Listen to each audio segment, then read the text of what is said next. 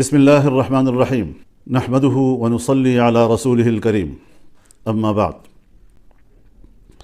آج ایک بار پھر پوری قوم سے مخاطب ہو رہا ہوں۔ آپ حضرات جانتے ہیں کہ جمعیت علماء اسلام کی مرکزی مجلس عاملہ نے 8 فروری 2024 کے الیکشن کے نتائج کو مسترد کر دیا تھا۔ 2018 کے الیکشن میں جو عوام کی حق رائے دہی پہ ڈاکہ ڈالا گیا تھا، 2024 میں ایک بار پھر عوام کی حق رائے دہی پر شب خون مارا گیا ہے۔ ہم نے فیصلہ کیا تھا کہ ہم اس الیکشن کے نتائج کو تسلیم نہیں کریں گے اور ان کے نتائج کو مسترد کرتے ہیں۔ یہ عوام کی نمائندہ کم اور اسٹیبلشمنٹ کی نمائندہ زیادہ ہے۔ ہمیں عوام کی طرف جانا ہوگا، عوام کو اعتماد میں لینا ہوگا تاکہ وہ اپنے ووٹ کے حق کے لیے متحد ہو سکیں، ان کی صفوں میں وحدت آ سکے اور وہ اس قابل ہو سکیں کہ وہ اپنے ووٹ کو تحفظ دے سکیں اور اپنے حق رائے دہی اس کو محفوظ کر سکے۔ یہ ایک واضح موقف ہے ہمارا اور اس موقف کی طرف ہم نے آگے بڑھنے کا فیصلہ کیا ہے۔ چنانچہ انشاءاللہ العزیز اللہ تعالیٰ کی فضل اور اس کی تائید کے ساتھ ہم 25 اپریل کو بلوچستان سے اس تحریک کا آغاز کریں گے اور ان اجتماعات کو ہم عوامی اسمبلی کا نام دیں گے۔ 25 اپریل کو بلوچستان میں پشین کے مقام پر بہت بڑا جلسہ کیا جائے گا جس میں بلوچستان کے عوام شریک ہوں گے۔ اسی طریقے سے 2 مئی کو کراچی میں بہت بڑا عوامی اسمبلی کا انعقاد ہوگا اور سندھ کے عوام اس میں شریک ہوں گے۔ ہماری تیسری عوامی اسمبلی پشاور میں ہوگی اور 9 مئی کو اس کا انعقاد ہوگا جس میں صوبہ خیبر پختونخوا کے تمام لوگوں کو دعوت دی جائے گی اور اس عوامی اسمبلی میں وہ شرکت کریں گے۔ اس کے بعد ہم لاہور کے لیے تاریخ کا تعین کریں گے جہاں پر پورے ملک کو اس میں شمولیت کی اور شرکت کی دعوت دی جائے گی اور ایک بہت بڑا ایک عوامی سیلاب وہ اپنی اسمبلی کا انعقاد کرے گا۔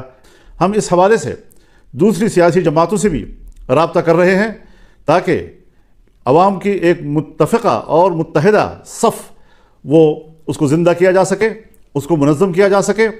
تو اس حوالے سے ہم اس شیڈول کا اعلان کر رہے ہیں اور انشاءاللہ ہمارے کارکن، ہماری تنظیمیں، ہر صوبے کی اور ماتحت تنظیمیں ان کو کامیاب بنانے کے لیے فوراً حرکت میں آئیں گی۔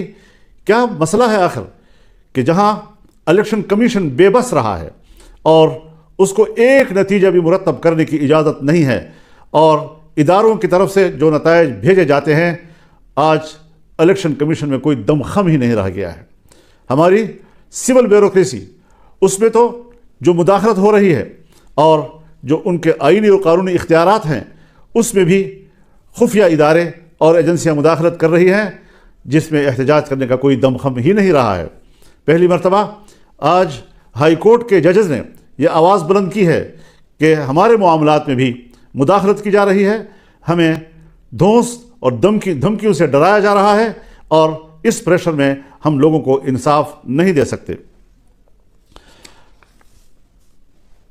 اس حوالے سے اگر ماضی کے دریچوں میں جھانکا ہے تو وہ پاکستان کے اس وقت کے وزیر دفاع جناب خواجہ آصف صاحب ہیں جو برملا ان واقعات کا ذکر کر رہے ہیں کہ کس طرح مقتدرہ نے انتخابات کے معاملے میں مداخلت کی، اس کے نتائج کو تبدیل کیا اور کس طریقے سے اس کو الیکشن کے نظام کو، اس کے نتائج کو منظم کیا اپنے مرضی کے ساتھ، عوام کی مرضی کے خلاف۔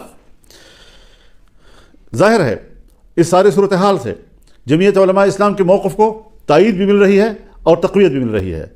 ہمارا موقف صحیح ہے، ہم نے صحیح آواز بلند کی ہے اور انشاءاللہ اس کو ہم آگے بڑھائیں گے۔ میں ایک دوسرا اعلان بھی اپنی مرکزی مجلس عاملہ کے اراکین کے مشاورت کے ساتھ، اکثر دوستوں نے ہمیں یہی مشورہ دیا ہے کہ جو ضمنی الیکشن کا شیڈول آیا ہے اس ضمنی الیکشن کا بائیکاٹ کیا جائے گا۔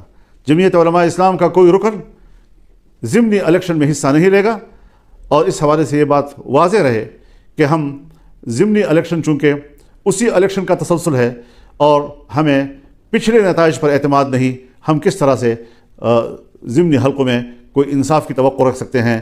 ہم پھر ایک بار مقتدرہ کا کھیل کا نشانہ بنیں گے اور اس طریقے سے عوام کی حق رائے دہی کے ساتھ کھلواڑ کیا جائے گا.